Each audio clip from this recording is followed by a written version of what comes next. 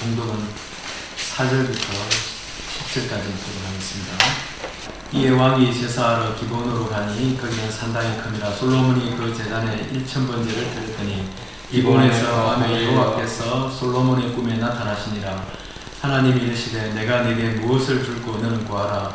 솔로몬이 이르되 주의 종 내 아버지 다윗이 성실과 공의와 정직한 마음으로 주와 함께 주 앞에서 행함으로 주께서 그에게 큰 은혜를 베푸셨고 주께서도 그를 위하여 이 큰 은혜를 항상 주사 오늘과 같이 그의 자리에 앉을 아들을 그에게 주셨나이다. 나의 하나님 여호와여 주께서 종으로 종의 아버지 다윗을 대신하여 왕이 되게 하셨사오나 종은 작은 아이라 출입할 줄을 알지 못하고 주께서 택하신 백성 가운데 있나이다. 그들은 큰 백성이라 수요가 많아서 셀 수도 없고 기록할 수도 없사오니 누가 주의 이 많은 백성을 재판할 수 있사오리까. 듣는 마음을 종에게 주사 주의 백성을 재판하여 선악을 분별하게 하옵소서. 10절 같이 읽겠습니다. 솔로몬이 이것을 보았네. 그 말씀이 주의 마음에 든지라. 아멘. 오늘 그 말씀은 솔로몬의 기도, 하나님 앞에 예배드리고 기도하는 3장 말씀을 전체를 중심으로 말씀을 나누도록 하겠습니다. 그 솔로몬 왕은 이스라엘 역사 혹은 세계 역사에서 유례를 찾을 수 없을 만큼 지식과 지혜와 부와 명성을 가졌던 왕이었습니다. 오늘 이 본문에서는 이런 전무후무한 사람이 된 솔로몬 사람이 되게 한 그 근거들을 몇 가지 보여주고 있습니다.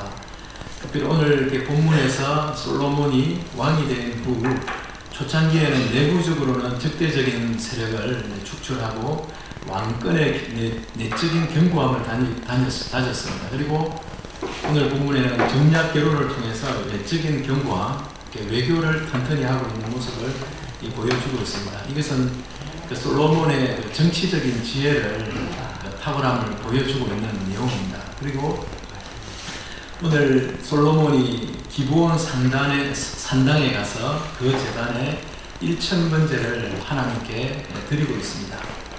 그리고 꿈에 하나님께서 솔로몬에게 나타나서 그에게 원하는 것이 무엇인지를 묻고 있습니다. 우리가 하나님께 기도하고 또 하나 예배드리고 하나님이 목소리로 음성으로 말씀하지 않지만 이 솔로몬의 꿈을 통해서 말씀하시는데 우리에게 뭘 원하는지를 하나님은 알고 계시긴 하지만 우리가 구하기를 원하시는 하나님이십니다. 그래서 솔로몬은 하나님께 백성들을 잘 다스릴 수 있도록 듣는 마음을 주어 주의 백성을 재판하여 선악을 분별하게 해달라고 구하고 있습니다. 그래서 이것은 오늘 읽었던 말씀처럼 하나님의 마음에 들었다고 이야기하고 있습니다. 뭔가를 구했을 때 우리가 질문을 했는데 뭘 원하는가, 뭘 원한다고 이야기했을 때 그것이 하나님의 보시기에 합했다는, 하나님이 탁월한 대답을 했다는 것을 보여주고 있습니다. 하나님은 그 이유까지 계속해서 설명하고 있는데 보통 사람들이 장수, 오래 살기를 오늘날에는 이제 의술이 발달해서 장수하는 시대지만 그 고대 시대에는 오래 산다는 것은 굉장한 특별한 은혜가 필요했던 그 시대였습니다. 장수라든지 혹은 부를 원하고 그리고 전쟁이 많이 있었기 때문에 원수의 생명을 멸해달라고 기도하는데 솔로몬은 오직 송사를 듣고 분별하는 지혜를 구하고 있습니다. 그래서 하나님은 솔로몬에게 총명한 마음과 그가 구하지 않았던 부귀와 영광도 주셨다고 약속하고 있습니다. 그래서 그리고 왕들 중에 가장 탁월한 왕으로 삼으시겠다고도 약속을 하셨습니다. 그래서 솔로몬은 이 산당에서 제사를 드리고 꿈에서 깨어서 예루살렘으로 돌아와서 여호와의 언약궤 앞에서 번제와 감사의 제물을 드리고 신하들과 큰 잔치를 베풀었다고 오늘 3장에서는 그렇게 기록을 하고 있습니다. 그래서 오늘 본문을 통해서 이스라엘 역사와 세계 역사의 전무후무한 솔로몬의 지식과 지혜와 부귀의 영광이 어디에서 온 것인지를 우리가 한번 살펴보도록 하겠습니다. 첫 번째로 솔로몬은 어릴 때부터 철저한 신앙의 교육을 받았습니다. 솔로몬의 왕이 된 나이는 10대 후반이나 20대 초반인 것으로 보여집니다. 솔로몬이 그 생애가 역사 저서에 보면 한 58세, 59세 정도까지 살다가 이제 하나님 이제 사망하였는데, 그러니까 40년 동안 이제 그 왕으로 있었습니다. 그러니까 보통 한 10대 후반 또 한 20대 초반, 20 정도 된 나이에 왕이 되었습니다. 사실 요즘으로 보면 아주 어린 나이에 왕이 되었구나 할 수 있지만 그 당시로는 그렇게 어린 나이는 아니었습니다. 우리가 잘 아는 알렉산더 대왕도 20대 초반에 왕이 되어서 33세까지 전 세계를 제패했던 것으로 봐서 그 당시에 20대의 나이는 아마 왕이 되기에는 적절한 나이였던 것으로 보여집니다. 왕이 된 후 솔로몬이 한 선택과 행동들을 살펴보면 거의 선지자 수준의 신앙을 가지고 있었습니다. 우리가 새벽기도 때 계속 열왕기상을 보고 있는데 솔로몬의 그런 연설이라든지 그 기도를 보면 이것은 오늘날로 치면 뭐 사역자 수준 이상, 목회자 이상의 어떤 수준의 신앙을 가지고 그 고백을 하고 있고 기도를 하고 있는 모습을 우리가 볼 수가 있습니다. 그리고 왕이 되자마자 된 후에 기본 상당히 가서 1000번제를 드릴 정도로, 여기서 1000번제라는 것은 1000번을 드렸다는 것이 아니라 제물을 1000마리의 희생 제물을 드렸다는 의미입니다. 그 왕으로서의 어떤 자기 역량껏 자기가 할 수 있는 최선의 것을 드렸다는 겁니다. 우리가 뭐 1000번제를 드릴 수는, 일반 평민들이 그렇게 드릴 수는 없지만 왕으로서 자기가 할 수 있는 최선의 것을 드리는 모습을 우리가 볼 수가 있습니다. 젊은 나이에 솔로몬은 자신이 왕이 된 것은 하나님의 은혜이고, 하나님이 궁극적으로는 하나님이 이스라엘의 진짜 왕이심을 인정하는 것입니다. 이것은 그냥 저절로 된 것이 아니라 솔로몬이 이런 선택과 이런 신앙의 모습을 가지게 된 것은 한순간에 왕이 되자마자 된 것이 아니라 많은 과정이 있었던 것으로 우리가 추측해 볼 수가 있습니다. 다윗에게는 많은 아들이 있었습니다. 근데 대부분의 아들은 그들의 행동과 선택을 보면 신앙이 좋다고 하기에는 어렵습니다. 위대한 어려운 모습들을 많이 보여줬습니다. 압살롬이라든지, 그리고 솔로몬과 그 경쟁하였던 그 이름이 갑자기 기억이 안 나는데 그 형도 결국에는 자기 인간적인 방법으로 왕이 되려고 했던 그 모습들, 그리고 여러 가지 부작용들이 많이 있었던 것으로 보여집니다. 아무리 위대한 그 신앙을 가진 그 다윗의 자녀들이라 할지라도 이 신앙의 문제는 이 부모가 어찌할 수 없는 영역도 있고, 또 다윗이 많은 전쟁을 치르면서 자녀들을 제대로 돌보지 못한 측면도 두 가지가 다 우리가 추측해 볼 수 있는 모습들입니다. 근데 사실 그러나 솔로몬에게 있어서는 좀 예외적인 요소들을 우리가 살펴볼 수가 있는데, 근데 솔로몬의 어린 시절을 잠깐 우리가 한번 살펴보면 솔로몬의 어머니는 여러분들이 잘 아시다시피 바세바입니다. 바세바는 원래 다윗의 부하 장수 우리아의 아내였는데, 다윗이 우리아가 전쟁터에 나간 사이에 불륜으로 맺어진 관계입니다. 심지어는 우리아를 그 전쟁의 가장 위험한 곳으로 보내 죽이기까지 할 정도로 다윗의 인생의 가장 암흑과 같은 그런 시기에 만났던 그 여인이 바세바였습니다. 근데 이제 이 사건이 있고 난 다음에 선지자 나단이 다윗을 찾아가서 책망을 합니다. 그 사실에 대해서 하나님 앞에 선치 못하다고 책망을 하자 다윗은 그 시편 말씀에 보면 눈물로 침상이 내려갈 정도로 하나님 앞에 통렬하게 회개하고 자기 자신의 죄를 자복하고 하나님의 은혜를 구합니다. 그러고 나서 그 바세바가 이제 임신한 그 아이가 태어났는데 며칠 만에 죽고 맙니다. 그리고 나서 다시 다시 임신해서 낳은 아이가 두 번째로 죽고 난 다음에 하나님이 주신 아이가 이 솔로몬이었습니다. 근데 이런 걸 모습을 보면 우리가 출신 성분 뭐 이런 걸 얘기하면 좀 그렇긴 한데, 궁극적으로 그 인생에 대해서는 하나님이 각자에게, 물론 우리가 좋은 환경 또 좋은 그런 환경을 통해서 좋은 교육을 받을 수도 있지만, 이러한 속에서도 하나님은 이 솔로몬 같은 사람을 나게 하시는 분이 하나님이시라는 겁니다. 때로는 우리가 기억해야 될 것은 부모로서 최선을 다해서 교육을 해야 되고 돌봐야 되지만, 궁극적으로 그 아이의 인생과 그 삶에 대해서는 그 하나님의 손에 달려 있다는 것을 우리가 또 인정하면서 우리가 최선을 다해야 될 필요가 있는 것입니다. 그래서 그 사무엘하 12장 25절에 보면 다윗은 나단을, 자기를 책망했던 나단을 보내서 솔로몬이 태어나자 그의 이름을, 원래 솔로몬이라 이름을 짓고 또 다른 이름으로 여디디아라고 이름을 짓게 합니다. 특별히 배려를 한 거죠. 이것은 여호와께서 사랑하셨기 때문이라고 그 사무엘하 12장 25절에 그렇게 이야기를 하고 있습니다. 그리고 또 이 나단 선지자는 다윗의 말년에 솔로몬이 왕이 되게 하는데 결정적인 역할을 했던 것으로 보여집니다. 그 나단은 또 다윗의 멘토였고, 영적인 멘토였고, 멘토로서 평생을 옆에서 보좌를 하였습니다.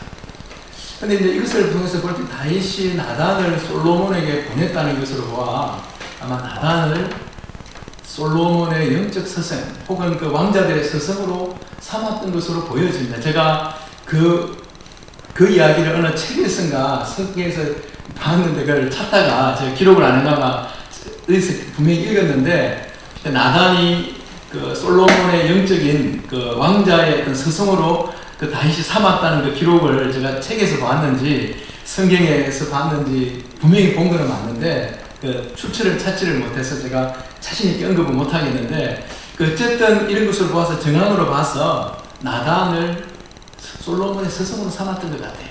근데 어릴 때 솔로몬에게서 나단과 같은 스승이 있다는 것은 솔로몬의 신앙에 엄청난 영향을 주었을 것입니다. 선지자로서 모세의 오경을 다 꿰뚫고 있지 않았겠습니까? 그 당시까지 기록되었던 그 아브라함부터 천지창조부터 아브라함과 출애굽부터 이스라엘이 광야 생활, 가나안에 정착할 때까지의 그 하나님이 하셨던 일들을 나단이 선지자 정도면 그걸 다 꿰뚫고 있을 거고 그것을 어릴 때부터 솔로몬에게 교육을 한 겁니다.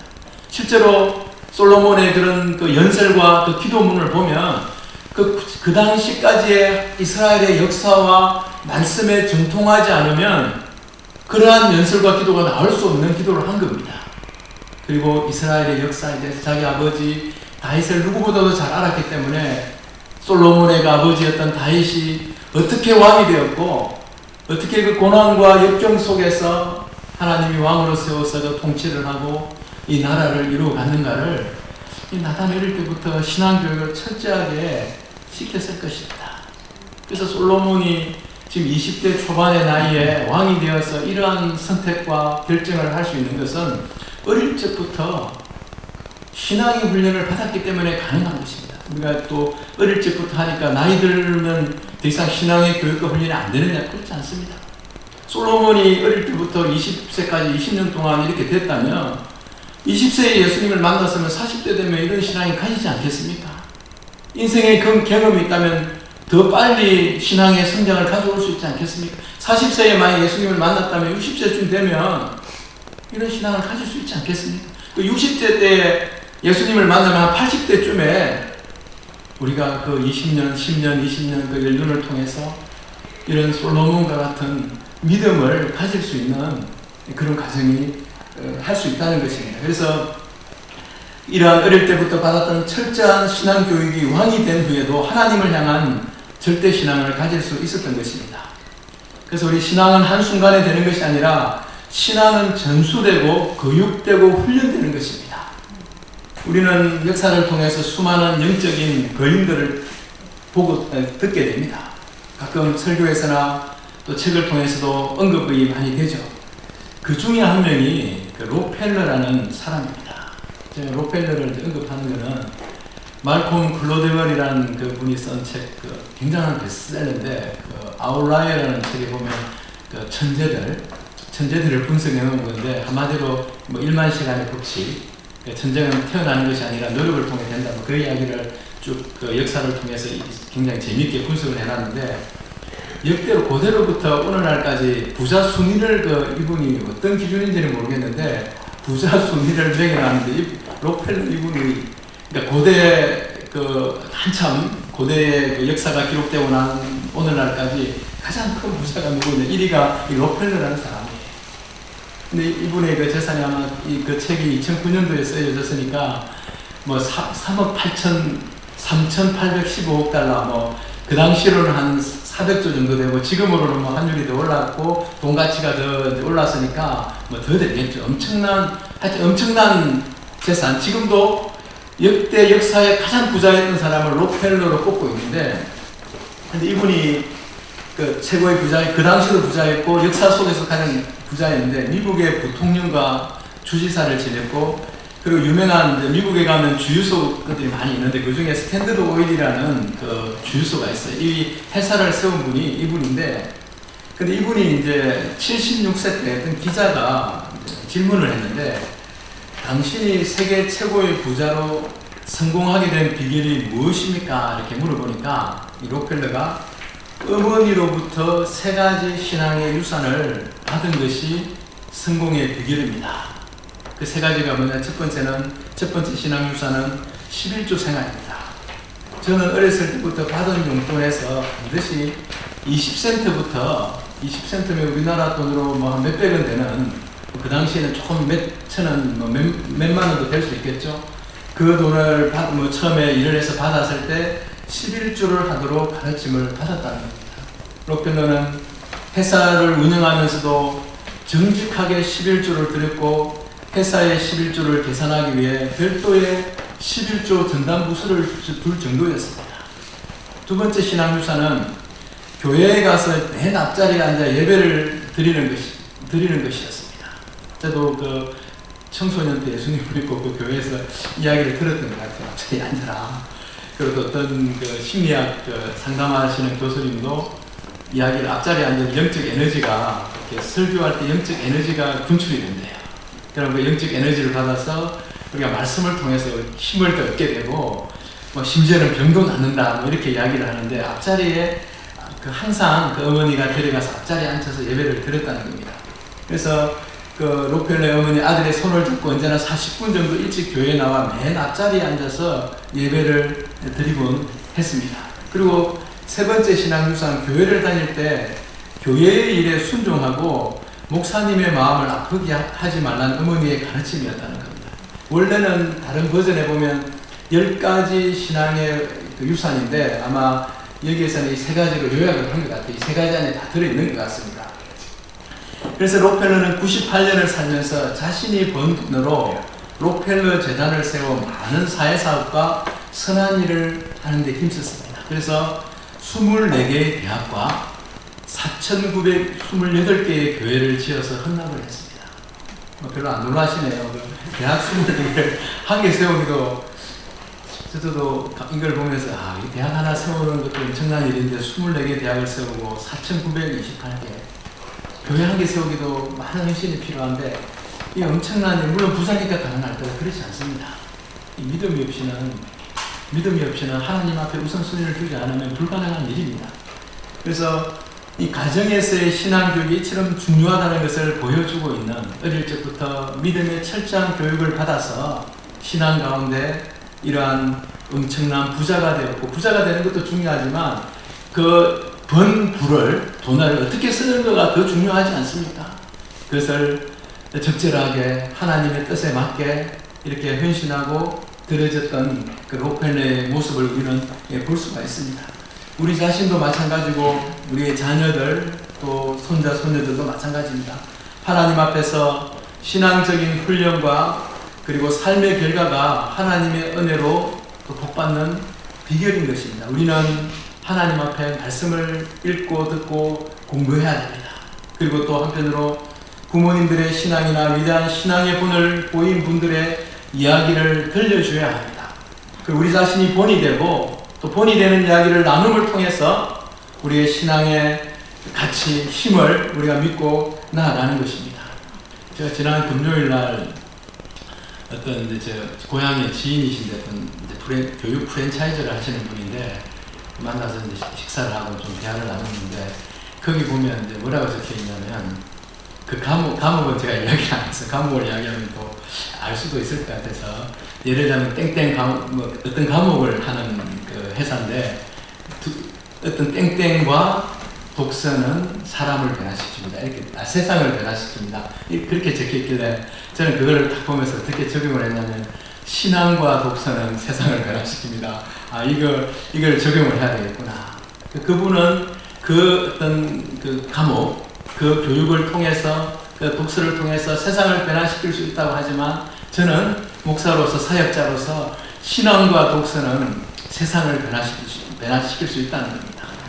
믿으십니까? 아멘. 하나님께 대한 믿음, 신앙은 우리 자신과 우리 다른 사람을 변화시킬 수 있고 이 세상을 변화시킬 수 있는 유일한 길임을 우리가 믿고 우리가 순종하기를 바랍니다. 그리고 잠언 22장 4절에 보면 겸손과 여호와를 경외함의 보상은 재물과 영광과 생명이라고 하였습니다. 우리가 부자 되는 것이, 돈을 많이 버는 것이 인생의 목표가 되어서는 안 되지만 하나님 겸손하고 하나님을 경외했을 때 이러한 것들이 함께 와서 더 하나님을 잘 섬기도록 하는 비결이라는 것을 보여주고 있습니다. 그리고 두 번째로 솔로몬은 예배를 통해서 하나님과 소통하는 사람이었습니다. 솔로몬은 예루살렘의 그 북서쪽 10km 떨어진 기브온 산당에 올라가 하나님께 제사를 드렸습니다. 이 산당은 아마 1,000번째 정도 드리려면 상당한 규모가 필요한 산당이 필요했겠죠. 그래서 여호와의 성막과 벌살렐이 만든 놋제단이 있었습니다. 이게 벌살렐이라는 사람은 그 강야 시대의 성막의 그 기구들을 만들었던 아주 탁월한 사람이었습니다. 그 놋제단이 있는 곳이었는데 거기서 1,000마리의 희생 제물로 번제를 드려서 하나님께 헌신과 감사를 표현했습니다. 그리고 하나님은 기브온에서 제사드린 솔로몬의 꿈에 나타나 지혜와 부귀영화를 약속했습니다. 사실 이 사건은 솔로몬 왕국의 견고함을 나타내는 중요한 전환점이 되었습니다. 왜냐하면 아까 제가 말씀드린 것처럼 지금까지는 정치적인 지혜가 이 왕국의 견고함의 바탕이었습니다. 이 솔로몬의 아마 정치 영재였던 것 같아요. 그 젊은 나이에 왕이 되자마자 내부를 안정시키고 외교를 튼튼히 하는 정치 영재였습니다. 정치적인 지혜로 그것을 했다면 이제부터 예배 드리고 하나님 앞에 1,000번제를 드린 이 사건 이후에는 하나님이 주신 지혜가 견고한 왕국의 기초가 되는 것을 이야기해 주고 있습니다. 우리 각 사람마다 재능과 나름대로 달란트가 있습니다. 그러나 그것을 통해서 우리가 이 사회에서, 세상에서 열심히 살아갈 수 있지만 하나님의 특별한 은혜를 받고 탁월함을 가지기 위해서는 그 하나님의 주신 지혜가 필요한 것입니다. 우리도 하나님이 주신 지혜로 우리가 살아갈 것을 간구하고 기도해야 되는 것입니다. 그래서 그리고 하나님은 솔로몬에게 무엇을 원하느냐고 질문을 하고 솔로몬은 자기가 원하는 것을 이야기를 했습니다. 그리고 자기 자신은 아직 미숙하고 부족한 왕이라는 사실을 고백하면서 자신에게 필요한 재판할 때 선악을 분별할 수 있도록 듣는 마음을 하나님께 간구하고 있습니다. 이것이 솔로몬의 이 요청이 하나님의 눈에 들었던 것입니다. 아까 이야기한 것처럼 장수나 부나 원수의 생명을 구하지 않고 재판을 듣고 분별하는 능력을 구한 점을 하나님이 높이 평가했습니다. 그리고 부귀영화도 함께 주었습니다. 솔로몬은 꿈에서 깨어서 예루살렘에 이르러 언약궤 앞에서 번제와 감사의 제물을 드렸습니다. 솔로몬은 이렇게 하나님과 예배를 통해서 소통하고 하나님의 그 뜻을 듣고 자기가 또 반응하고 하나님의 응답을 하면서 자기가 나아가야 될 방향, 이스라엘 왕국을 어떻게 다스려야 될 것인가를 예배를 통해서 하나님의 뜻을 묻고 듣고 반응하는 그런 과정을 겪었다는 것입니다. 이처럼 성도는 예배를 통해서 하나님과 소통해야 됩니다. 우리가 받은 신앙의 교육과 훈련은 예배를 통해서 하나님께 표현되고 하나님은 예배를 통해서 말씀하십니다. 여기서 예배는 우리 공예배도 포함이 되지만 개인적인 예배를 통해서도 말씀 묵상과 기도를 통해서도 하나님은 우리에게 말씀하십니다. 성도의 삶은 늘 하나님과 예배할 수 있는 시간을 확보해야 됩니다. 그럴 때에 하나님이 우리에게 말씀하시고 우리가 듣고 반응할 수 있는 것입니다. 그리고 하나님은 응답하시는 것입니다. 우리의 신앙의 삶은 일방적이거나 맹목적인 신앙이 아닙니다. 하나님과의 인격적인 관계를 통하여 대화하고 소통하는 겁니다. 하나님은 말씀을 통해서 말씀하시고 우리는 기도를 통해서 하나님께 이야기할 수 있습니다. 이런 관계 속에서 하나님의 뜻을 알고 순종하게 되는 것입니다. 그리고 하나님의 뜻에 어긋나면 하나님이 싫어하신다는 것을 깨닫게 되고 돌이킬 수 있는 그런 기회를 갖게 되는 것입니다. 이처럼 성도는 예배를 통해서 하나님과 소통할 때에 하나님의 지혜와 하나님의 능력을 우리가 깨닫게 되는 것입니다. 그리고 마지막으로 솔로몬은 자신의 사명에 집중했습니다. 앞에서 간단하게 말씀드린 것처럼 산당에서 기본 산당에서 1000번제를 드릴 때 하나님이 꿈에 나타나셨습니다. 그리고 솔로몬이 원하는 것을 질문하였는데 솔로몬은 왕으로서 재판할 때 선악을 분별하여 재판할 수 있도록 듣는 마음을 하나님께 구하였습니다. 근데 솔로몬은 이 백성이 하나님의 백성이고 그 수가 많다고 언급하고 있습니다. 이런 많은 백성을 감당해야 하는 자신은 다윗과 마찬가지로 하나님의 종임을 분명히 하고 있습니다. 자기가 왕이지만 결국에는 하나님을 대리해서 이 백성들을 섬기고 있다는 것을 분명히 하고 있는 것입니다. 그래서 솔로몬의 그 요청에 하나님의 눈에 들게 되고 하나님은 재판을 듣고 분별하는 능력을 구한 점을 높이 평가했습니다. 그리고 지혜롭고 분별하는 마음을 주었습니다. 그리고 부귀와 함께 주겠다고 약속을 했습니다.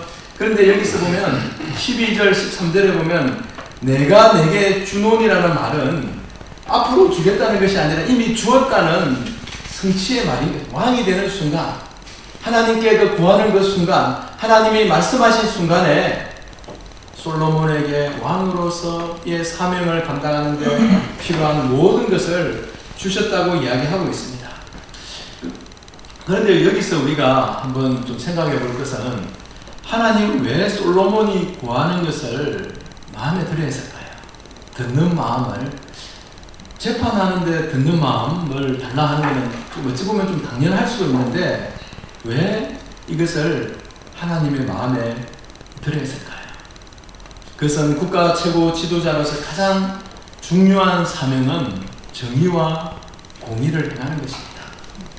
사무엘하 8장 15절에 보면 다윗이 온 이스라엘을 다스려 다윗이 모든 백성에게 정의와 공의를 행할세.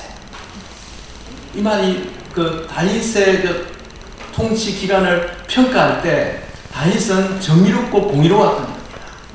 굉장히 우리가 지도자로서 가장 중요한 것은 특히 국가 지도자로서는 정의롭고 공의가 그 나라를 주도될 수 있도록 다스리는 것입니다. 아마 솔로몬도 왕으로 이스라엘 백성들의 목자로서 잘 돌보기 위해서 가장 필요한 것이 공의와 정의를 행하는 것이라고 생각했을 것입니다.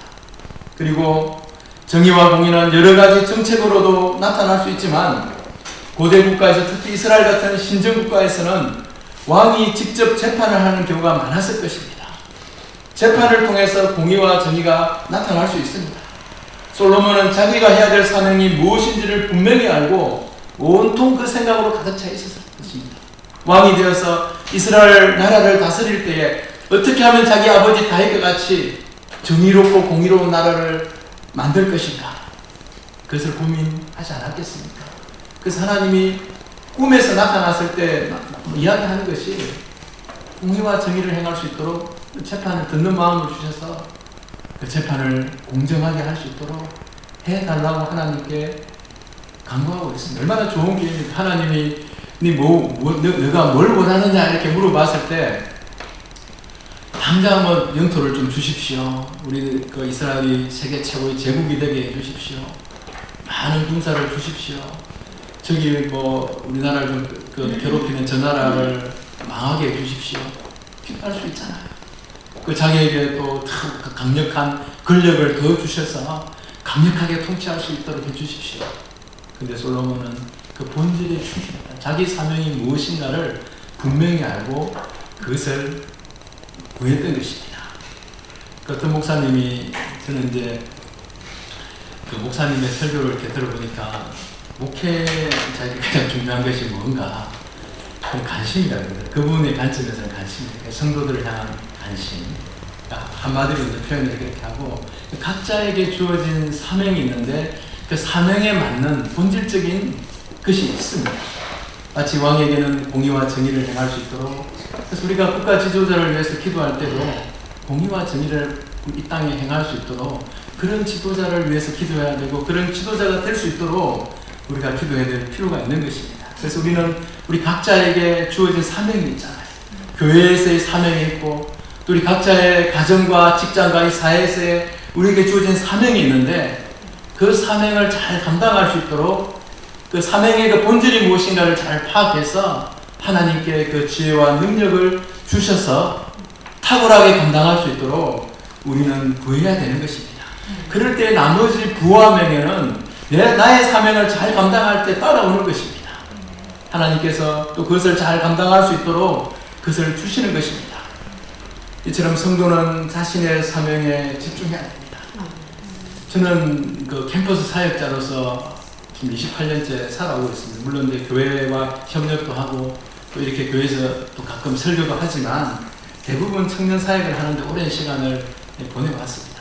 그래서 저는 온통 지금도 사실은 죄송한 이야기 우리 어르신들도 너무 좋아요. 저는 보니까 교회 저도 이제 나이가 좀 들어가니까 너무 연륜이 있으신 분들의 그런 포근함과 그런 온유함, 인생을 사신 분들에게 너무 좋은데 아직도 청년들 보면 가슴이 뛰어요.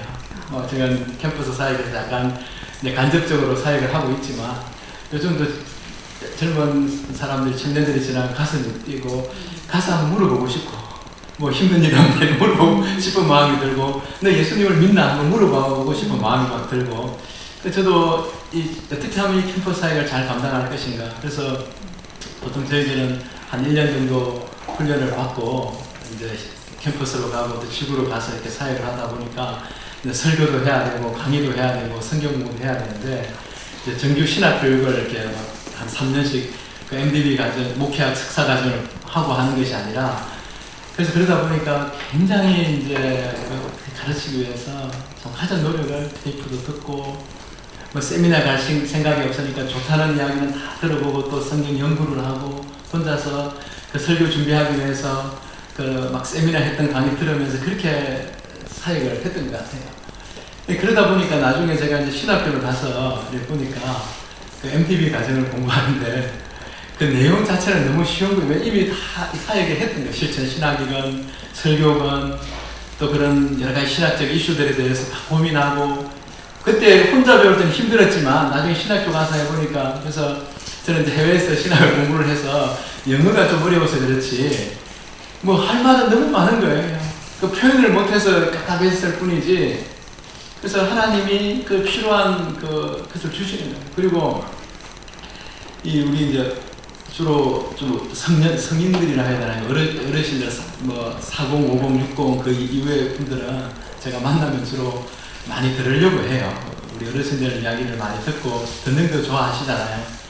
근데 이제 청년들하고 만나면 너무 또 듣기만 하면 별로 안 좋아해요. 가끔씩 그 적절하게 멘트를 좀 치고 해야 유머도 하고 듣고 뭔가 거기에 맞게 이야기를 해야 되고 그리고 또 함께 운동도 좀 해야 되고 저는 뭐 축구를 이전에는 좋아했는데 그리고 가끔 또 테니스를 좀 친다 그러면 이제 제가 또 성기야 된 학생이 테니스를 좋아한다 그러면 테니스 한번 치자 그러면 테니스 코트에 가서 제가 못 치지만은 테니스도 같이 한번 치기도 하고 그래서 제가 영화 보는 걸 그렇게 저는 드라마나 이런 TV 세대라서 극장에 가서 영화 보는 걸 그렇게 혼자서 뭐 우리 부부간에도 잘 안 갑니다. 근데 학생들이 요즘 젊은 대학생들은 영화를 대충 시중에 나온 영화들은 거의 다 섭렵을 하더라고요. 그래서 가끔 또 영화도 한번 봐줘야 우리 간사님이 자기들하고 좀 통할 수 있겠나 싶어서 제가 그 극장에 같이 가서 보고 이전에 그 물고기 영화 한 10년 전 제 기억이 나는데 그렇게 재미없는 영화를 제가 앉아서 그 님몬가 그 물고기 배경으로 한 애니메이션 영화를 그것도 되게 좋다 그러더라고요. 꼭 보러 가자 그래서 앉아서 제가 그 보느라고 얼마나 힘들었는지 지금도 제가 생각하면 그냥 그 극장에 가서 앉아 있고 그 집에 와서 제가 뭐 이렇게 혼자 가거나 그래서 친구가 한번 영화 보러 가자 그래서 갔는데 가서 그 2시간 동안 앉아서 제가 졸았는가 봐요. 저도 뭐 기억이 나는데 그래서 이 친구가 그분도 목사님인데 상처를 받았다 그러더라고요. 그래서 제가 진짜 어렵게 영화 보러 가자 그랬는데 제가 학생들하고 영화 보러 가면 절대로 안 좋습니다. 미리 영화 미리 좀 분석을 해서 몇 마디 이야기도 하고 소통하려고 그러다 보니까 상식도 늘어나고 그러니까 자기 사명에 초점을 맞춰야 되는 겁니다. 그래서 제가 어디서 덕을 봤냐면 저희 아이들이 이제 대학생이 됐잖아요. 대학생이 됐는데 아이들이 주로 뭐 엄마랑 소통을 많이 하는데 가끔씩 중요한 이슈가 있으면 저한테 연락이 와요. 집에서 보면 될 텐데 꼭 전화가 와요. 아빠 자기랑 좀 상담할 수 있냐고. 그래서 제가 학생들 우리 그 학생들 상담하듯이 만나서 뭐가 고민이냐 들어보면 뭐 별일 아니. 주로 학생들이 가져오는 상담 내용이 별일 아니에요. 근데 왜 상담 받으러 왔냐 이렇게 이야기하면 상처받겠죠. 근데 자기 자신에게서는 굉장히 중요한 문제. 근데 어른들이 약간 인생을 사신 분들이 보기에는 별 문제 아닌데 그냥 좀 지나면 해결될 문제인데 심지어는 일주일만 지나도 해결될 수 있는 문제인데 근데 그 순간만큼은 진지하게 반응해주고 공감해주고 들어주고 그래서 제가 저희 아이들하고 가끔씩 아이들이 사춘기 지나고 됐는데도 가끔 저한테 상담 의뢰를 해요. 지금도 가끔 연락이 와서 아주 가끔이지만 자기 어떤 이런 고민들 또 공부하는 것과 관련해서 진로와 관련해서 뭔가 또 이런 여러 가지 이슈가 있으면 이제 쭉 이야기를 들어보면 사실 뭐 별일은 아니지만 또 아빠의 나름대로 그 분야에 있어서 전문성을 좀 인정하는 것 같아요. 그래서 하기도 하고 그런 어떤 하나님이 주신 그 사명에 초점을 맞췄을 때 우리에게 유익할 뿐만 아니라 하나님이 그것을 통해서 놀라운 복을 우리에게 주시는 것입니다. 우리 성도님들도 우리 각자에게 교회와 가정과 직장과 사회 속에서 주어진 그 사명의 그 본질에 충실할 때에 하나님께서 이 솔로몬에게 그 외의 것들도 주신 것처럼 하나님이 복을 주실 줄로 믿습니다. 아멘. 하나님은 성도로서 삶과 사명을 잘 감당하도록 우리를 부르셨습니다. 각자에게 주어진 삶과 사명이 있습니다. 그 사명을 잘 감당하기 위한 지혜와 능력이 필요합니다. 그 지혜와 능력은 하나님으로부터 옵니다. 사명 감당을 위해서 하나님으로부터 지혜와 능력을 받기 위해서는 하나님에 대한 믿음과 신앙의 철저한 교육과 훈련을 받아야 됩니다. 그리고 하나님과 소통하며 그 사명에 집중해야 되는 것입니다. 이 사명에 집중하시는 우리 성도님들 되시기를 바랍니다. 네, 기도하겠습니다. 사랑하는 주님 감사합니다. 오늘 거룩한 주일 맞이해서 함께 예배할 수 있도록 은혜를 베풀어 주셔서 감사합니다. 하나님 우리에게 주신 삶과 사명에 집중하는 우리 성도님들 다 될 수 있도록 하나님이 함께하여 주시옵소서. 감사드리며 예수님의 이름으로 기도합니다. 아멘.